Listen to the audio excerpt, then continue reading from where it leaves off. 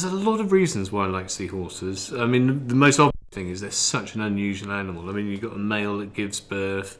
They've got this incredible skeletal body. They can change colour like chameleons. They have eyes that move independently. As you can see by this one going past us, they just swim so beautifully as well. It's a tiny little fin on the back which actually allows them to swim along. And you can see this incredibly curled tail.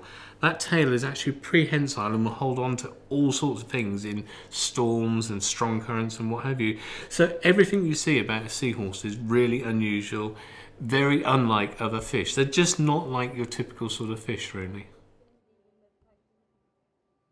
We have two different species of seahorse in the British Isles here. We have the short-snouted seahorse and we have the spiny seahorse, and they're very different. As the name suggests, the spiny seahorse has this amazing mane of spines on its head and back, and the short-snouted seahorse, as its name suggests, has a slightly shorter snout to the spiny seahorse. But they do live in two different types of habitat. They can be found in the same areas together, but on the whole, the spiny seahorse lives amongst seagrass beds. The short-snouted seahorse lives in rocks, marinas, short algae, and even on open silt and sand. We have the two species at Studland, but it's predominantly the spiny seahorse. I mean, it's a beautiful seahorse and very well adapted to Studland Bay. I mean, it's stunning adapted, and when you see them underwater in the wild, you can see why it has this mane of spines on its head and down its back, because it just disappears. We can be watching seahorses underwater, it'll turn away from us and just drift off, and it's gone. That's it, vanishes in front of our eyes.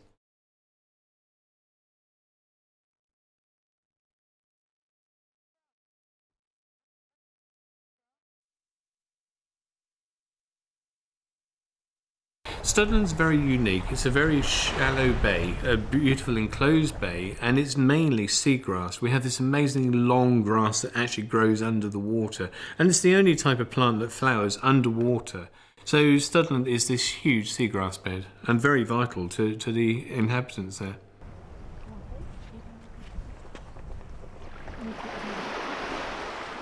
We know there are seahorses in Dorset, and they're a great indicator of what's actually happening in the wild. Without a healthy population of seahorses, without a healthy habitat that seahorses live in, you don't have a healthy environment. So to understand more about seahorses, to keep the population stable and if not thriving, shows that the ocean there and the sea is actually in a fantastic condition. One of the main problems we have at Studland Bay, because it is a multi-use site and because there are a lot of boats down there, I mean, on any day in the summer you can get up to 300 boats going into the bay. Now what we're trying to do is encourage people to put in environmentally friendly moorings, so the boats come along, they moor up to the mooring, it doesn't cause damage to the seabed.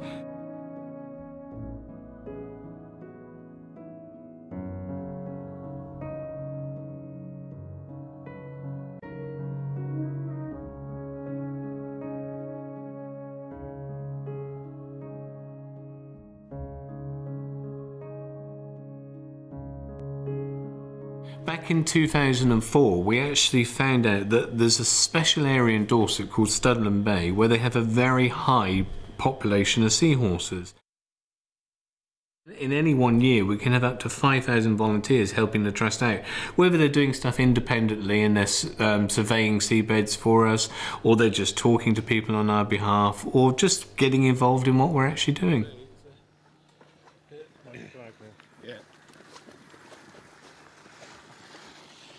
With the tagging project, one of the things that we rely on is actually lots of volunteers helping us, and one of our main volunteers is a chap called Steve Treller, and Steve and I actually do a lot of diving together and we tag the seahorse together, so he's a very valuable part of the tagging project, and without Steve and his partner finding the seahorses at Studland in the first place, we wouldn't be having such a fantastic project.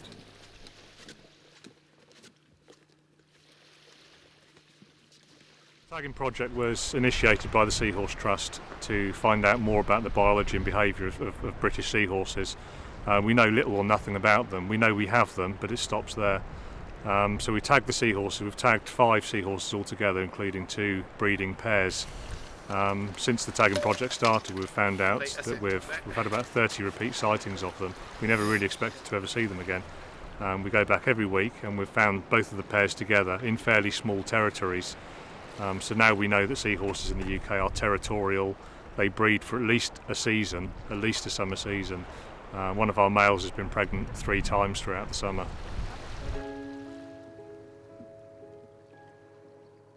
When we find a seahorse, we'll pick it up and we'll keep the tag on our fingers. It's a very simple process. You just put the tag over its neck, then we photograph the tag on the side of the seahorse's neck. So we've got the number and the profile of the seahorse. All seahorses have a different face, like all other animals. So then we have a photographic data set of each seahorse with its tag, and then simply tuck the tag underneath its neck and put it back on the seabed. And they're not disturbed by this process. They will just twist their their tails around a piece of seagrass and carry on like nothing's happened.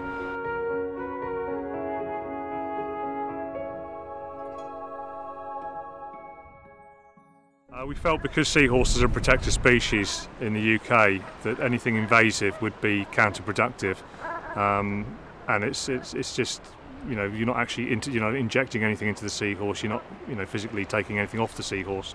The tags have been proven to work. We've seen them work. They've been out there all year. They're fine.